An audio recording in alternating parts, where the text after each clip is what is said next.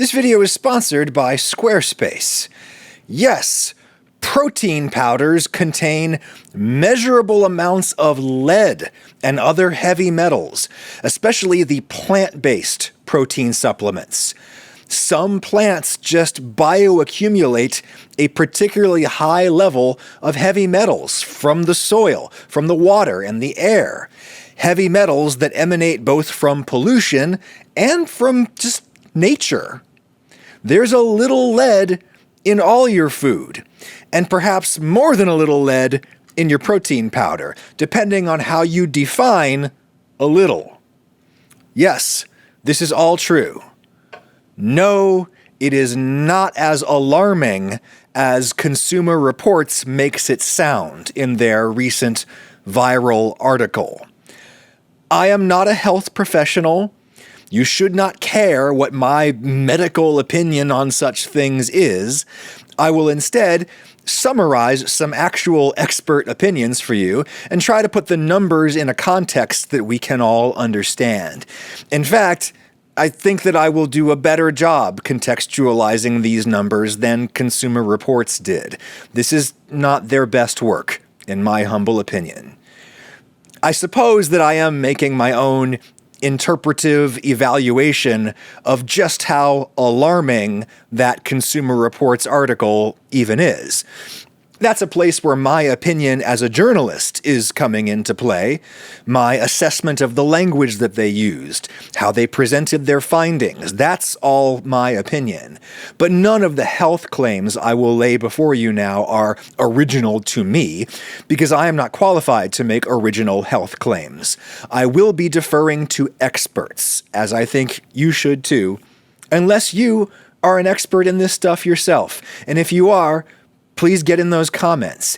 And if you're an expert in anything, consider hanging a shingle online with Squarespace, sponsor of this video. Whatever your business or passion is, a website makes it real.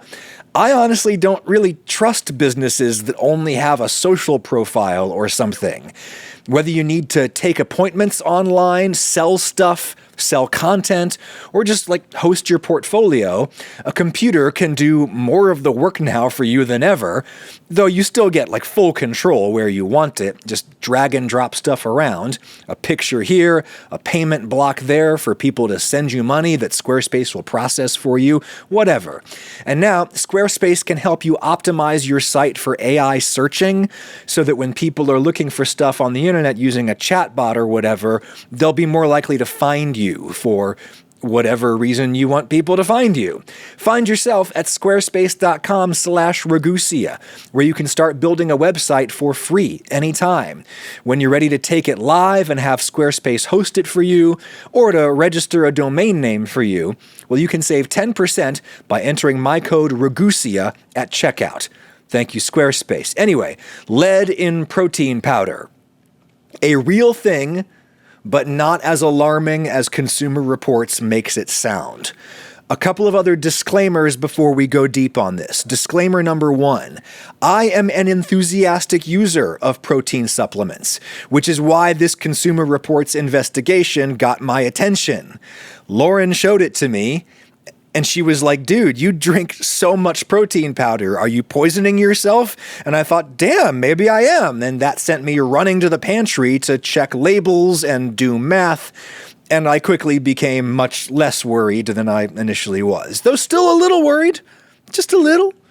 I think this is an issue to keep an eye on, especially if you use the vegan protein powders. And I'll be looking out for more research on this topic as it comes.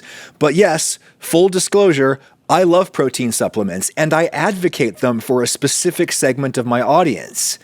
Most of the health experts who have been communicating on this issue in recent days say the same basic thing, which is most people in rich countries get plenty of protein from their normal diets, and they do not need these supplements, which is true. I would not challenge that assertion even if I had standing to. However, I will also point out that that's a very safe thing for these experts to say. That's the thing that they can say that'll keep them out of most trouble. And I do not think that's fully adequate. Because saying that most people don't need protein supplements fails to deal with the subset of the population that might have a specific good reason to supplement protein. Not all people are most people. Some of us have good reasons to slam protein shakes. We're not all a bunch of dummies under the spell of the supplement industry, an industry that is legit in need of much stronger regulation, but just because most supplements are snake oil doesn't mean they all are. I drink protein shakes because I want to be as jacked as a drug-free 43-year-old man with unremarkable genetics can hope to be. If you want to support muscle growth from exercise, it may be beneficial to get more protein than most people normally do. I also want to avoid eating what I would regard as an outrageously irresponsible amount of meat. Man, I used to do the bodybuilder nonsense, where you prep 20 fish fillets for the week, and I regret doing that, not least because some of those fish also have notable levels of heavy metals in them. And if you're eating like 4 orange roughy fillets a day, that mercury could add up.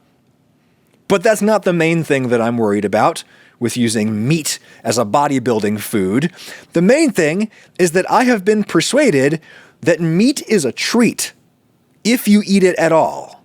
Meat is a sometimes food, like desserts. Meat is far too resource-intensive of a product to be a staple food for billions and billions of people. That would be beyond the known carrying capacity of our planet.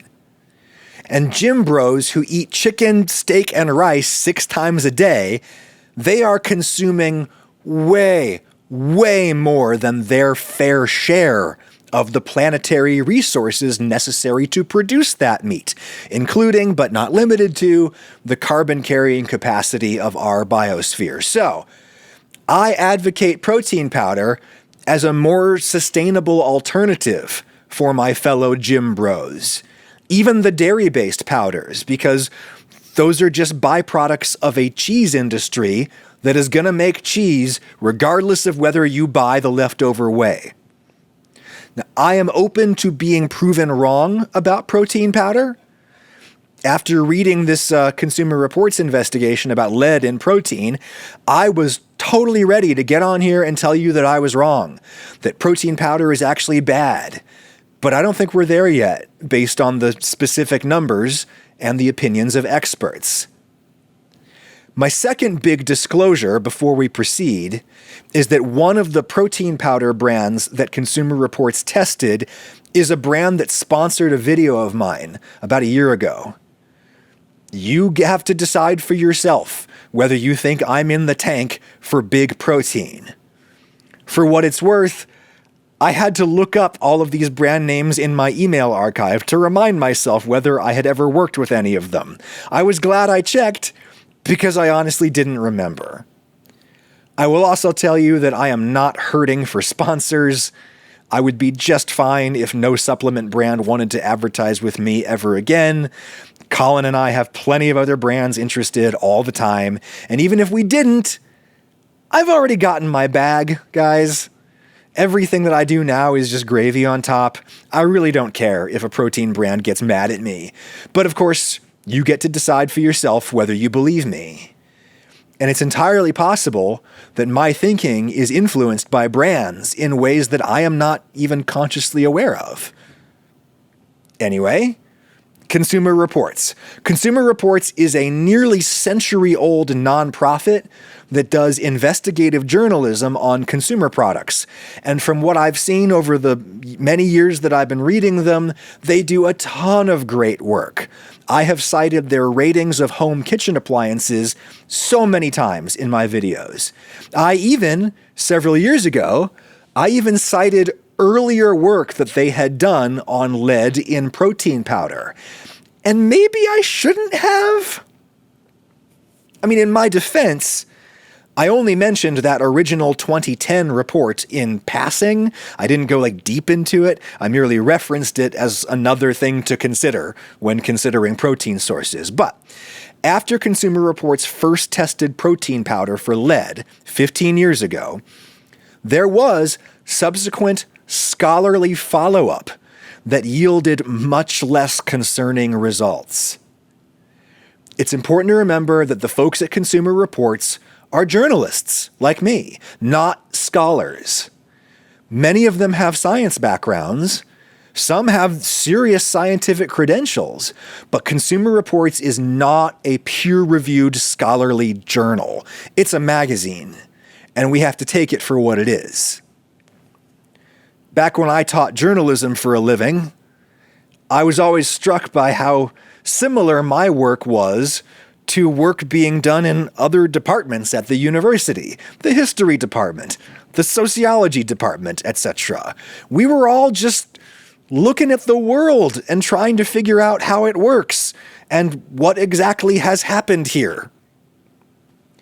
The only difference between journalism and scholarship, I concluded, is that journalism is quick and dirty, while scholarship is slow and methodical. Both have their place in our society. But we have to take journalism for what it is, which is merely the first draft of history, as the old saying goes. And first drafts are usually full of errors and omissions, because you have to start somewhere. So, I think that we can regard that original 2010 Consumer Reports investigation as the first draft of the story of heavy metal contamination in protein powder. The second draft is a scholarly investigation done by actual professional toxicologists in 2020, whose work, they say, was inspired by Consumer Reports. So kudos to the magazine for getting this ball a-rolling. These toxicologists reported no conflicts of interest, no relevant supplement industry ties, and here are their conclusions as published in the journal Toxicology Reports.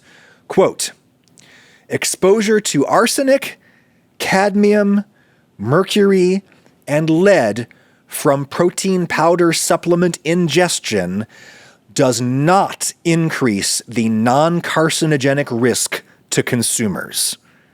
End quote. Non-carcinogenic means things other than cancer, right? Cancer is not the big risk with lead exposure. The main way that lead hurts you is by impeding the brain and nervous system development of kids. Kids who grow up around a lot of old lead paint, for example, may grow up with cognitive impairments, impulse control problems, and even seizures. And in adults, serious chronic lead exposure can lead to kidney damage, cardiovascular disease, anemia, that kind of stuff. Those are the main risks with lead.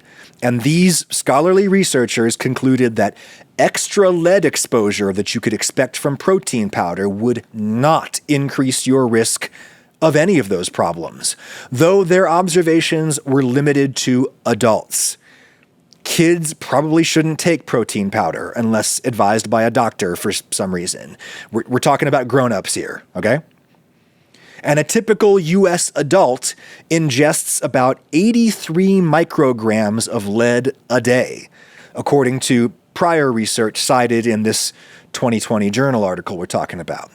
The highest daily exposure potential from protein powder, as reported by Consumer Reports in 2010, was 13.5 micrograms per day, which is an amount worth noting, but it's just not that big in the scheme of things, and not big enough to measurably increase your risk of any non-cancer illness, according to this analysis by professional toxicologists.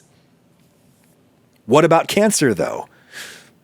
Inorganic arsenic is the only heavy metal under consideration here that is thought to have an observable carcinogenic effect when ingested orally.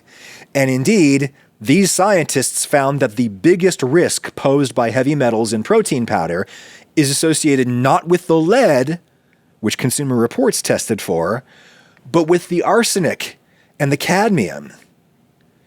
Arsenic and cadmium in protein powder made the most significant contribution to the cumulative hazard index, as calculated by these scientists, not the lead. And even then, the arsenic and the cadmium levels were still too low to result in any adverse health effects that you could predict, even in their worst-case scenario math.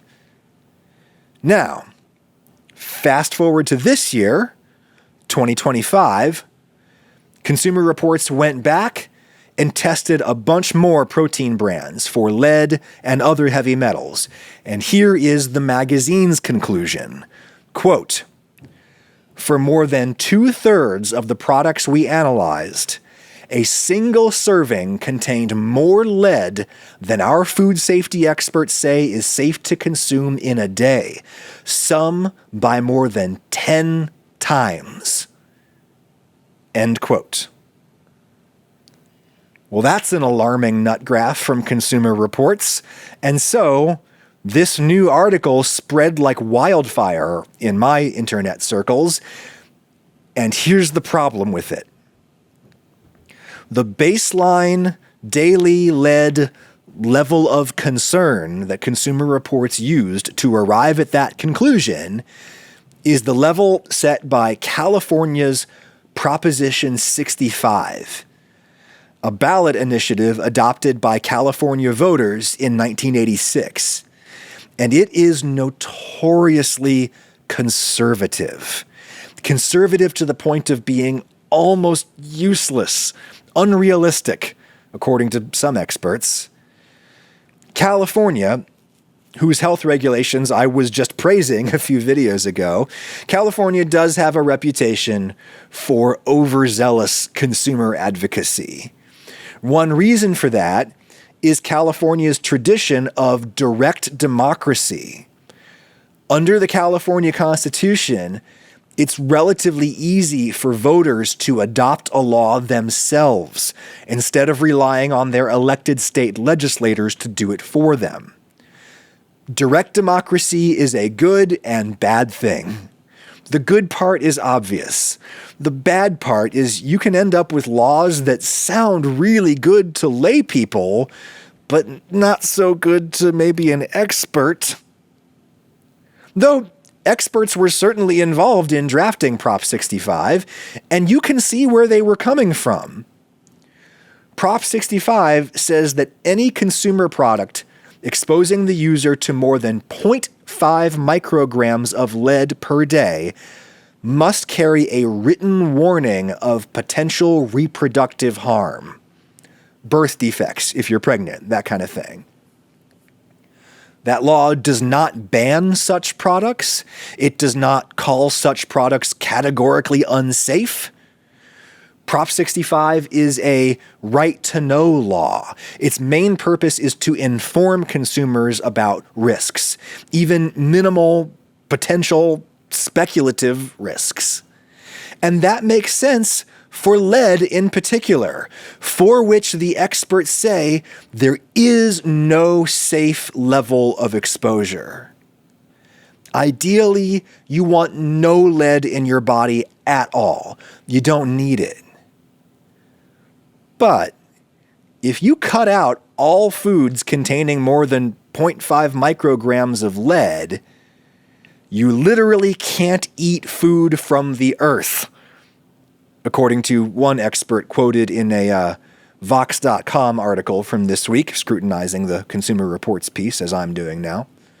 Again, the typical daily lead exposure for an adult in the US is, according to one study, 83 micrograms a day, with some people getting hundreds a day.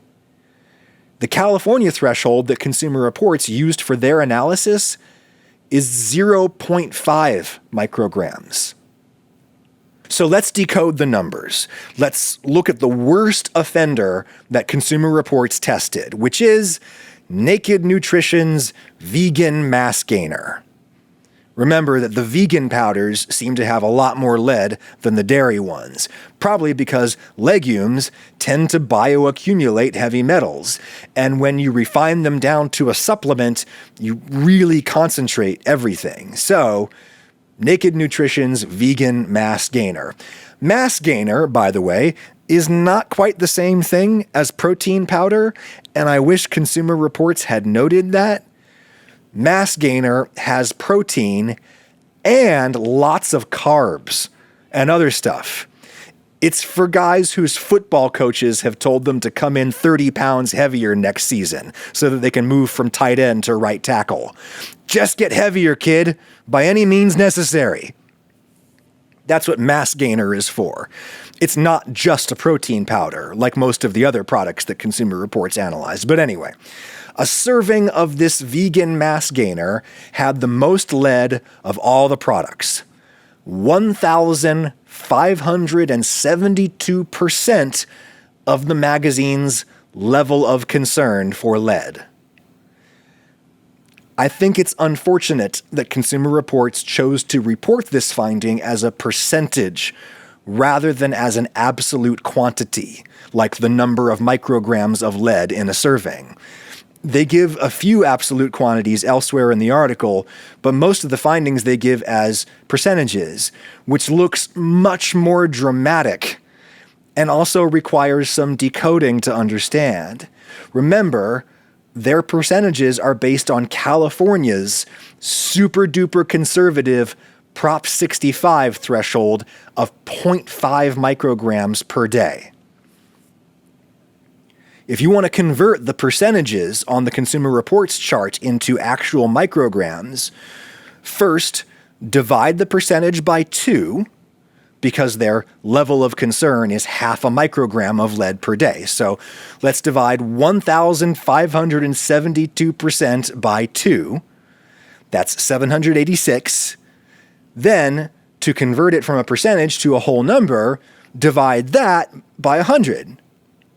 7.86 micrograms of lead in a serving of this stuff. Elsewhere in the text, Consumer Reports says this particular product contains 7.7 micrograms, not 7.86. I can't account for that slight discrepancy. Maybe they're using a slightly less round factor in there somewhere, but the difference is trivial. If you want to know about how many micrograms of lead you're getting from a serving, divide the Consumer Reports percentage by 2 and then by 100. You'll get close enough to the total micrograms in a serving. So this vegan Mass Gainer has, let's round it up to 8 micrograms of lead per serving. 8 millionths of a gram. To quote Captain Kirk in Star Trek IV, is that a lot? Well, again, the experts say that ideally, any lead is too much lead, and we ought to take that seriously. The goal is 0. But we also live in the real world where we need to balance risks against benefits. And to that end, the U.S. Food and Drug Administration has what they call a reference level.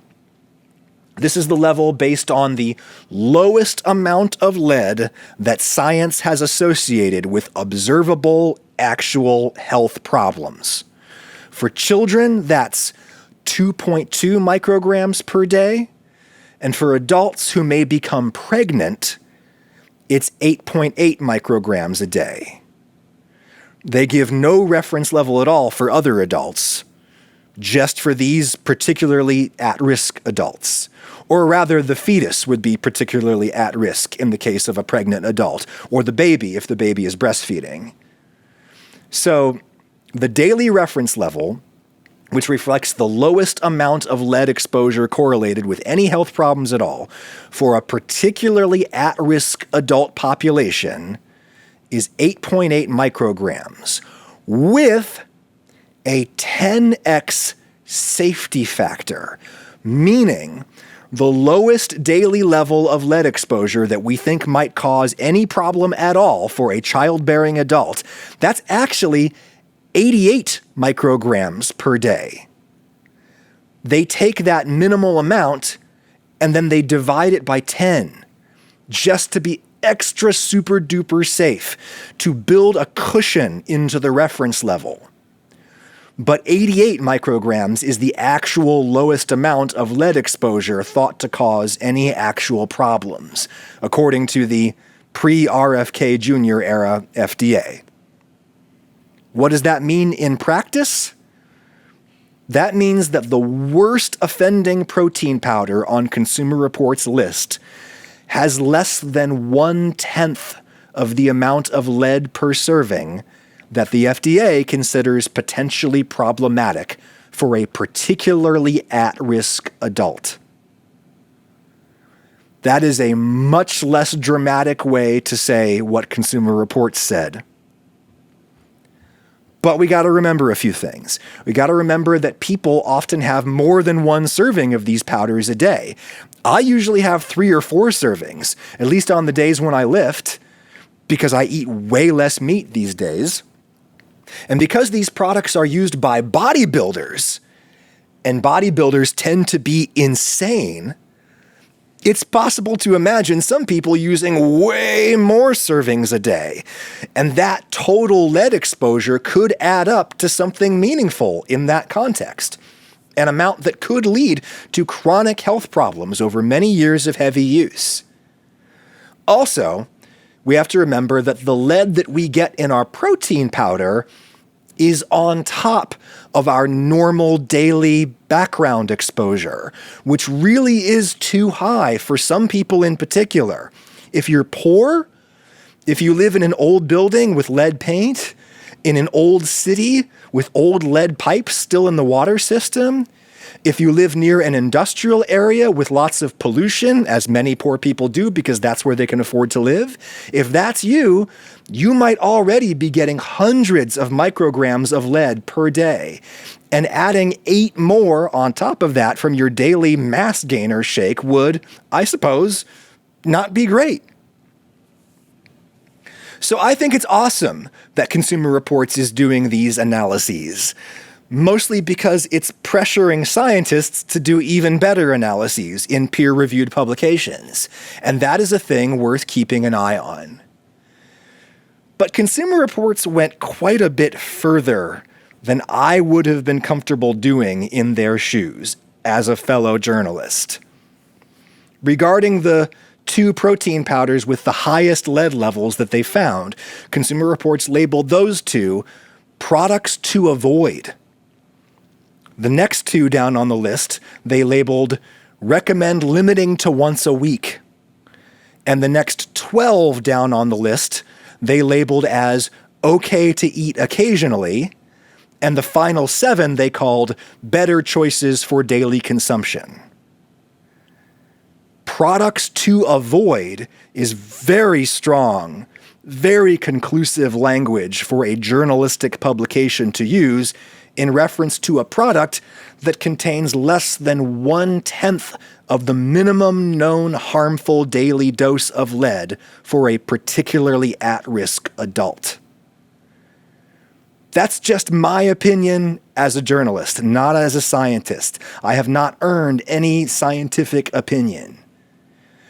The scientists at the American Chemical Society have earned an opinion. They publish many scholarly journals, as well as a magazine called Chemical and Engineering News.